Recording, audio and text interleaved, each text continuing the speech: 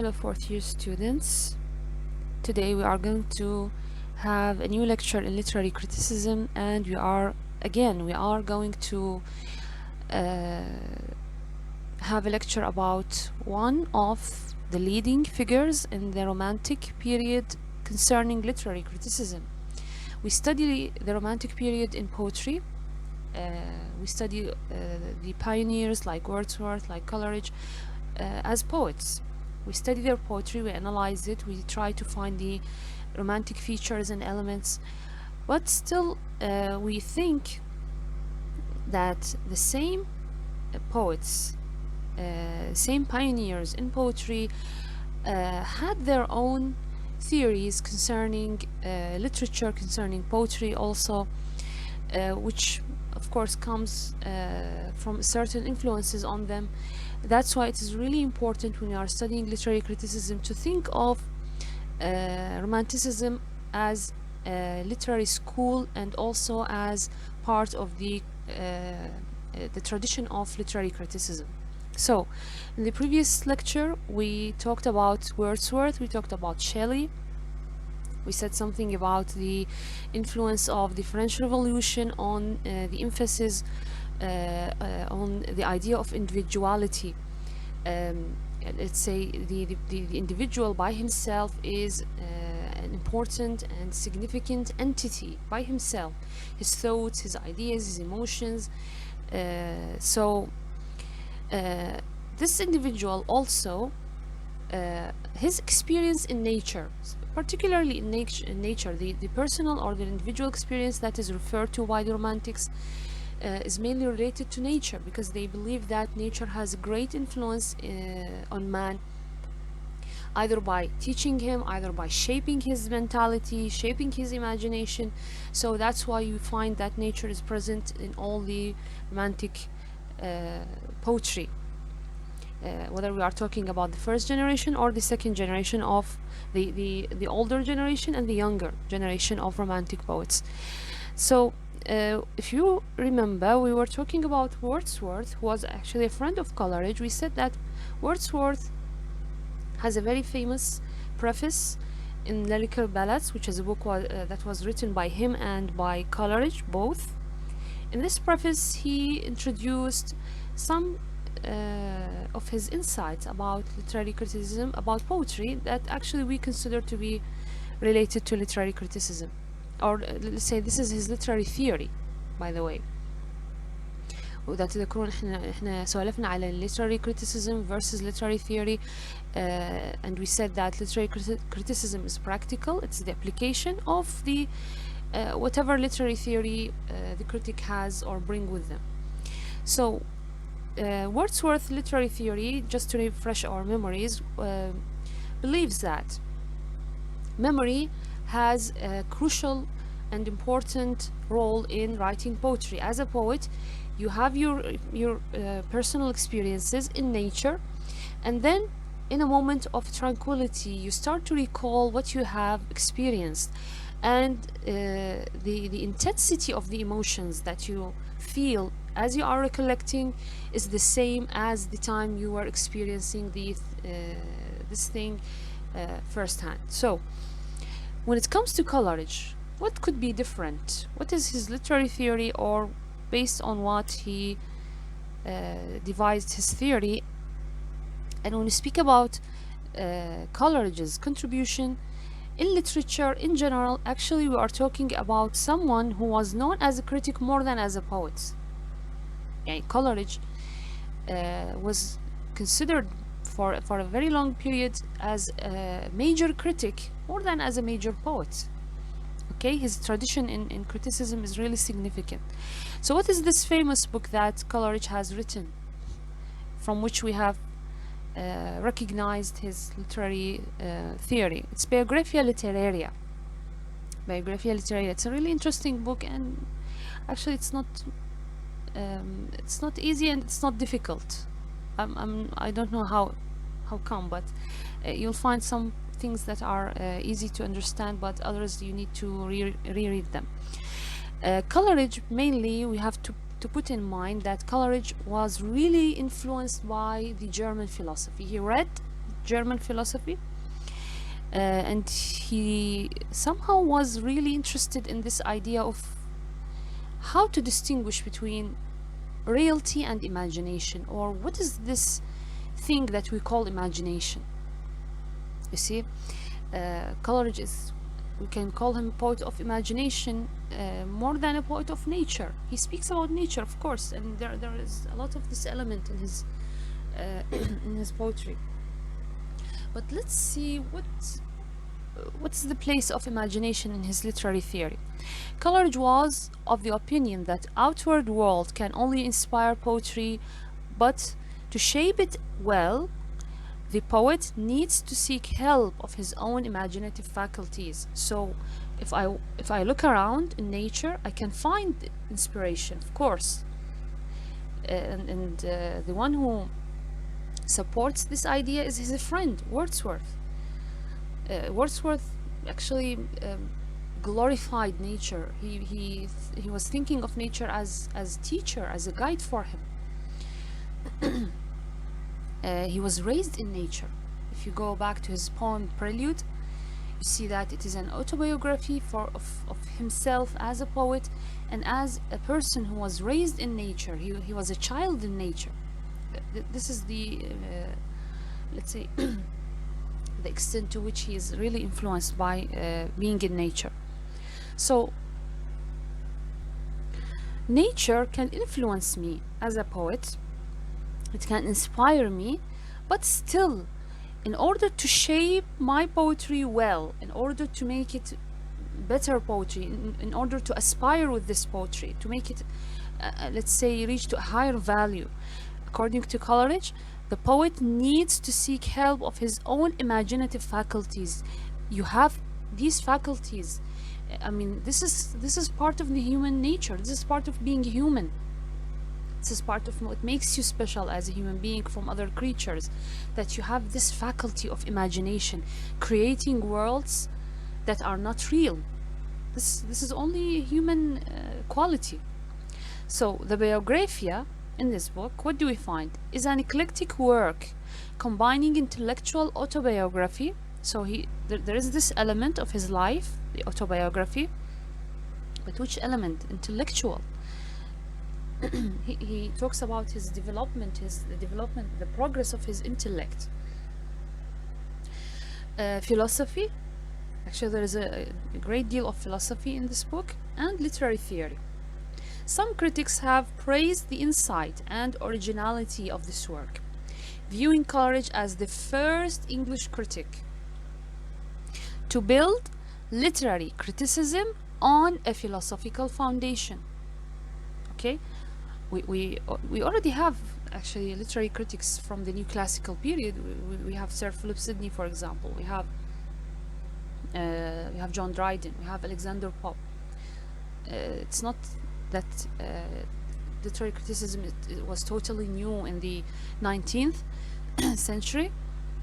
We have also in the 18th, in the New Classical period, in the Renaissance, but the first one let's say in English literature to introduce some kind of philosophical background to literary theory was Coleridge. And we said from which philosophy? He derived it from German idealist thinkers. And the one who knows the idealist philosophy would actually see that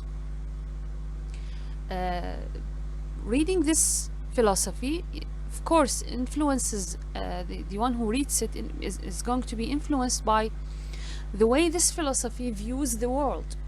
It makes you ask questions about the real world, questions about what is this demarcation line that separates reality from imagination or from fancy. What is this boundary where reality starts and where imagination starts, where, for example, reality ends and where imagination starts?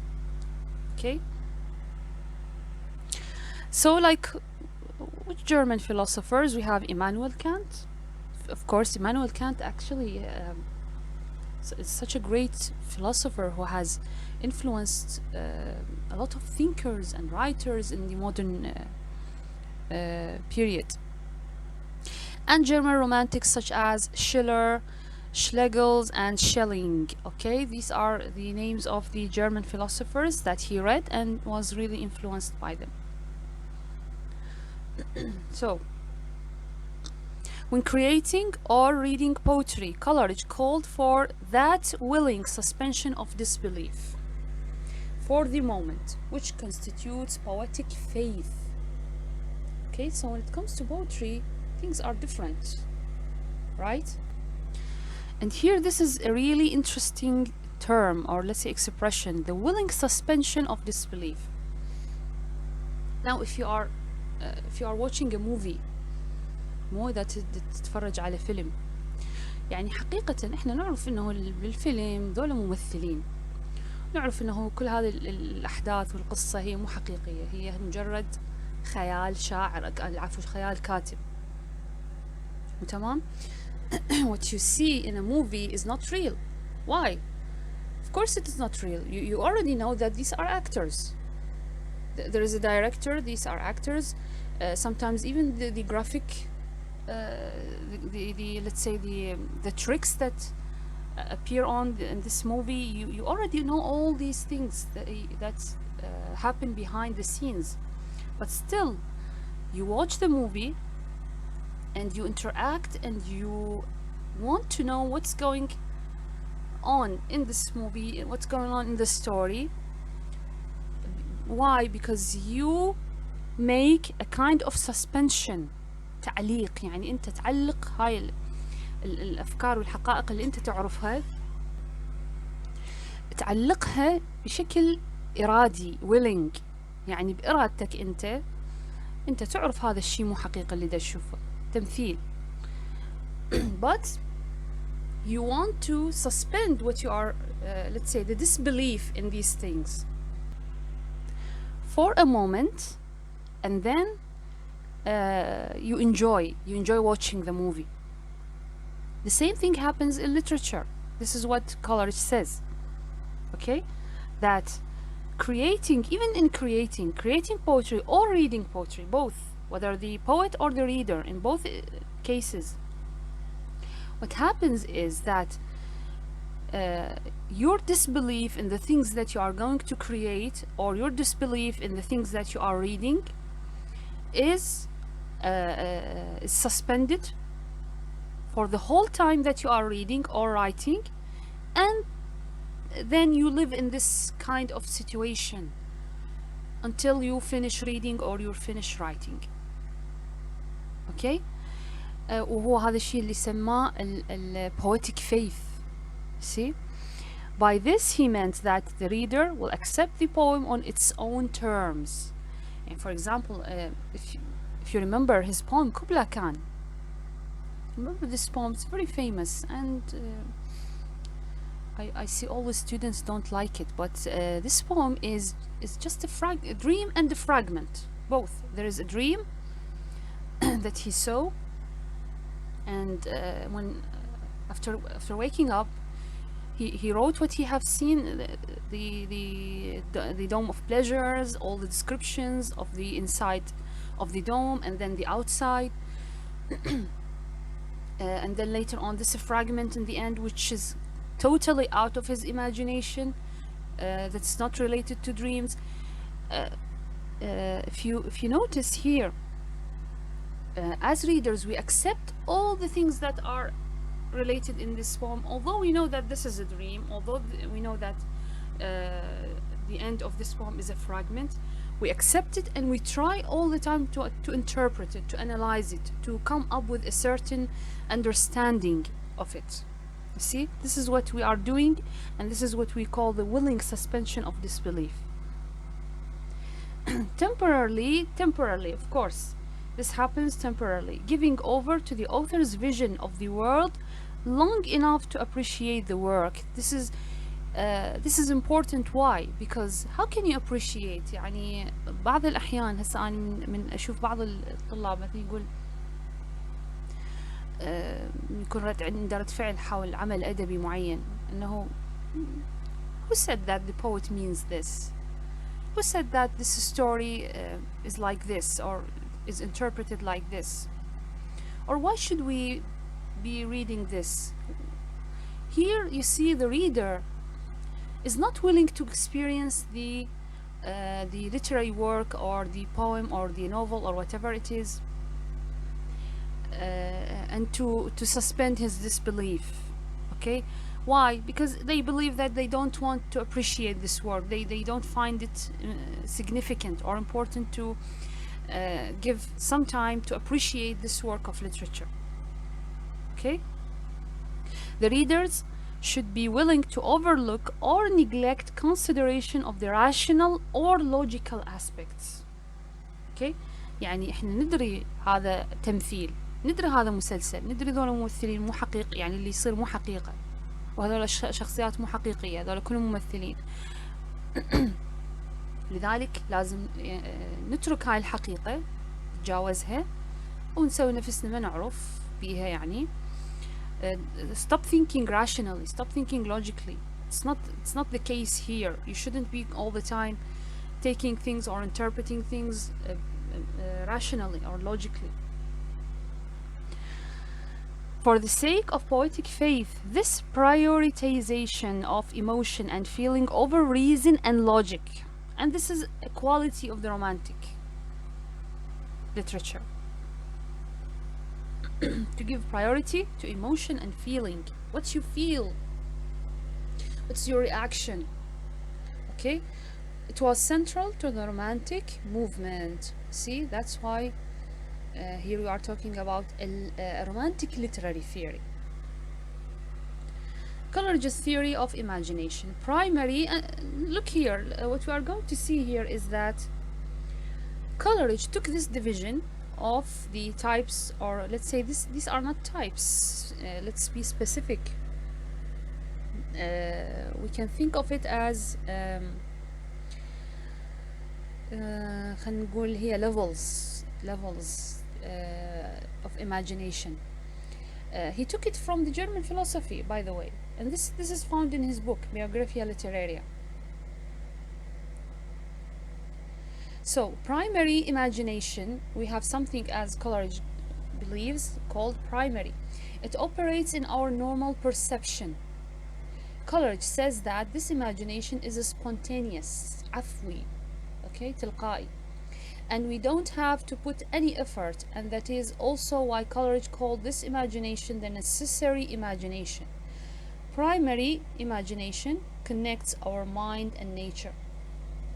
It's basically based on let's say the direct perception of things, the way that our minds react directly through the sensory faculties that we have with the world. This is a primary imagination, and this is, we all have it, we all use it.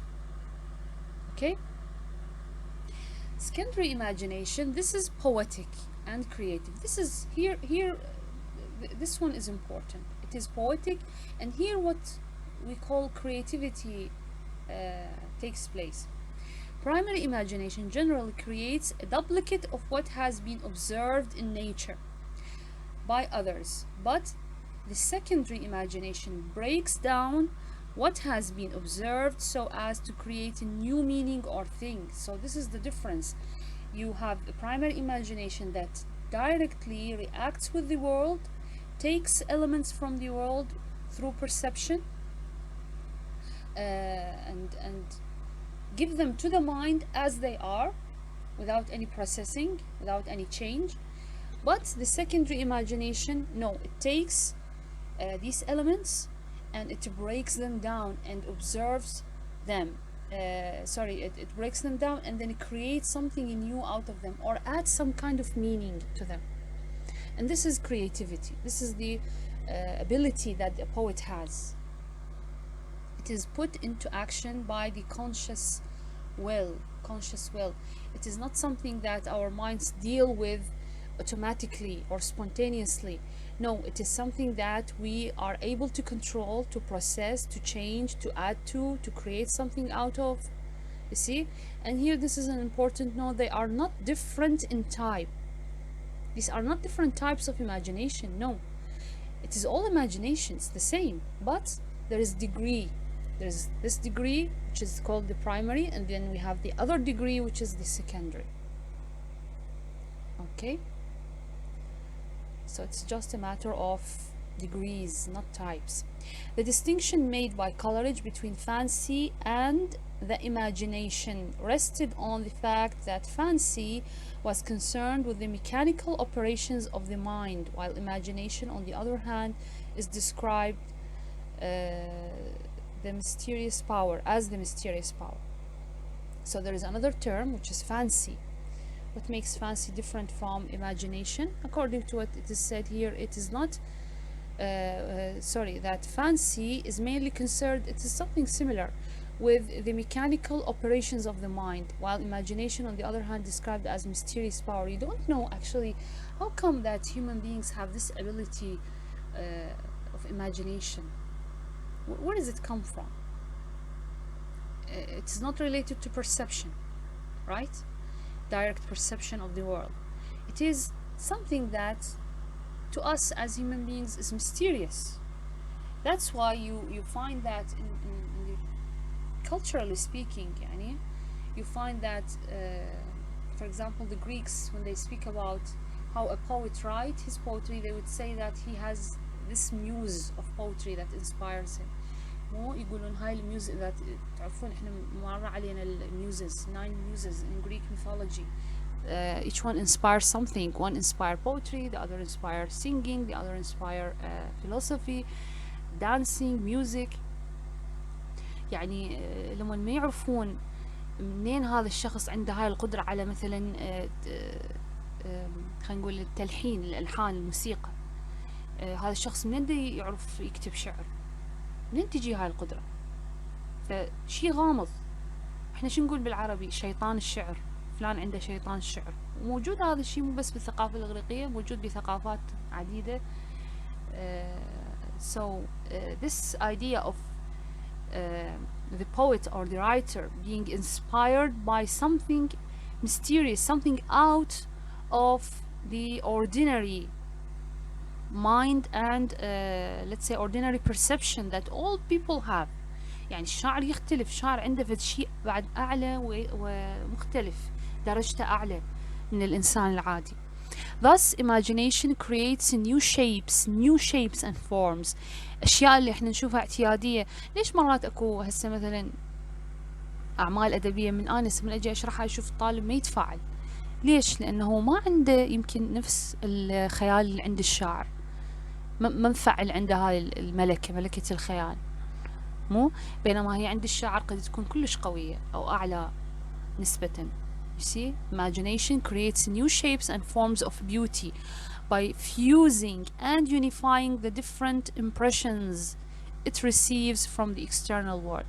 So imagination does not just take facts from the outside world, it also processes them, adds to them, creates something new out of them. Whereas fancy is a kind of memory. It randomly brings together images, and even when brought together, they continue to retain their separate individual properties. It's just a gathering of images in memory. Okay, random. It's not controlled. Human beings or the person who is in charge of fancy does not have this ability to create anything out of it. It's just random thoughts or ideas.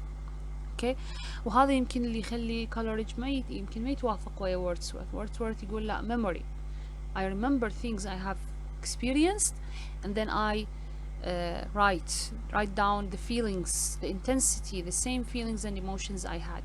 Coleridge believes that, well, sometimes memory cannot help me, just like what happened in Kubla Khan. He couldn't remember, right? يعني هو من كتب قصيدة كوبلا كان وصل حد معين. Someone knocked the door. He went to open the door. When he came back in order to continue writing, he couldn't remember the rest of the dream. So what does a poet have to do in this case? If memory fails, if fancy fails, imagination is the solution. So you have, as a poet, should have this ability to create through your imagination new worlds. And this is what he was trying to do with the fragment that was added later to his poem. So that's all we have about Samuel Taylor Coleridge, and of course there are a lot of things that could be mentioned about his literary theory, but I wanted just to give a brief idea here. Of course, you can consult the book itself, Biographia Literaria, or any kind of explanation that you find about this book, because reading it could be somehow hard and tiresome. So I hope that I see you in other lectures soon. Thank you.